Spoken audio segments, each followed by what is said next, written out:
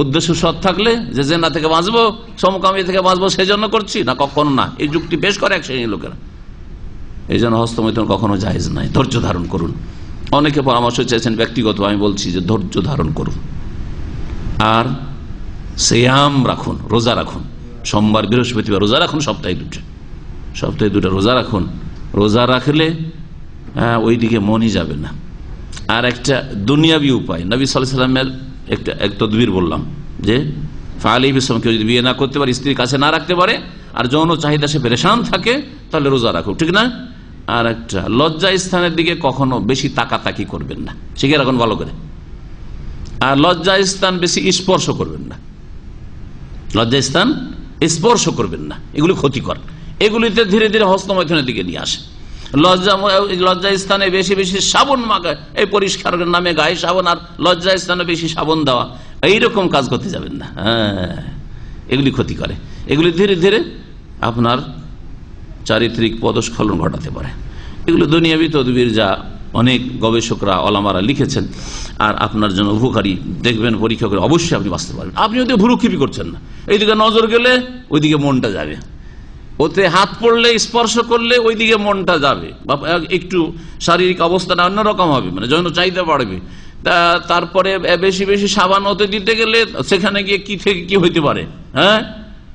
সুতরাং এগুলো থেকে বেঁচে থাকলে ওইদিকে ভুরুক্ষেপে না, আর বেশি বেশি জিকির আজকার করবে।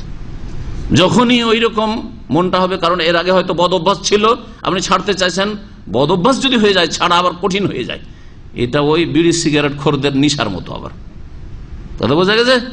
বিড়ি সিগারেট আর মদ যারা খায়, তারা অনেক সময় তওবা করেও সামলাইতে পারে না, আবার শুরু করে দেয়।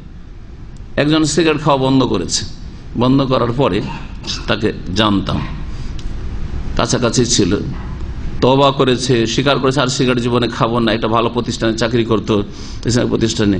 তারপরে একদিন কিছু জন মজুর সিগারেট খাচ্ছে, ওখানে গিয়ে বসে আছে, সেটা খেতে তো পারে না, শুনছে একটু, শুনছে। বোঝা গেছে? জি হ্যাঁ, ধোঁয়াটা পেয়েও যদি কিছু একটু আগায়, মনের চাহিদাটা পূরণ হয়। তো এই জন্য বলছি যে ওইদিকে ভ্রুক্ষেপই করতে হবে না, এবং ভালো কিছুতে মনোযোগী হইতে হবে। সেটা হচ্ছে জিকিরুল্লাহ, আল্লাহ পাকের জিকির রাখা, সুবহানাল্লাহ, আলহামদুলিল্লাহ, আল্লাহু আকবার, লা ইলাহা ইল্লাল্লাহ, আস্তাগফিরুল্লাহ, লা হাওলা ওয়ালা কুওয়াতা ইল্লা বিল্লাহ। আরো জিকির, আজকার, কোরআনী দোয়া, হাদিসের দোয়া বেশি বেশি সবসময় পড়তে থাকেন। দোয়াও পড়ছেন আর হস্তমৈথুন হইতে পারে নাকি?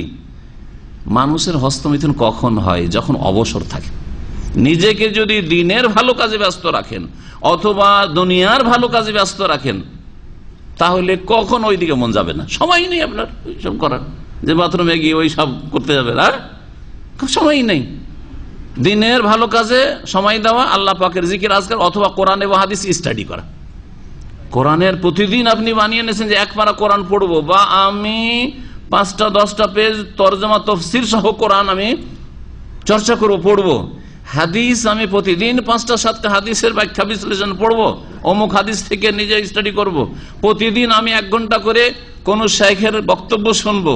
এতে কয়েক ঘন্টা নিয়ে নিল, আল্লাহ পাকের জিকির আজকার করলেন। আর যখনই শয়তান ওইদিকে খেয়াল নিয়ে যাচ্ছে, হস্তমৈথুনের দিকে বা যৌন চাহিদা বাড়ছে, খুব অশান্তি লাগছে, সুবহানাল্লাহ, আলহামদুলিল্লাহ, আস্তাগফিরুল্লাহ, আস্তাগফিরুল্লাহ ওয়া আতুবু ইলাইহি, আস্তাগফিরুল্লাহ আল্লাযী লা ইলাহা ইল্লা হুয়াল হাইয়ুল কাইয়্যুম ওয়া আতুবু ইলাইহি। তারপরেই কইতে পারে গুনাহ কখনো হবে না যদি আল্লাহকে ভয় করেন। তাহলে এই তদবিরগুলি বলে দিলাম, কারণ প্রবাসে যারা আছেন তারা খুব ভুক্তভোগী, আর যারা যুবক বিয়ে করতে পারছেন না বিভিন্ন কারণে, তারাও খুব এই সমস্যায় ভুক্তভোগী। যার ফলে আল্লাহ পাক রব্বুল আলামিনের কাছে দোয়া করি, আল্লাহ পাক যেন আপনাদের আমাদের সকলের হেফাজত করেন এই রকমের পাপ থেকে আর দিন দুনিয়ার ক্ষতিকর আচরণ থেকে।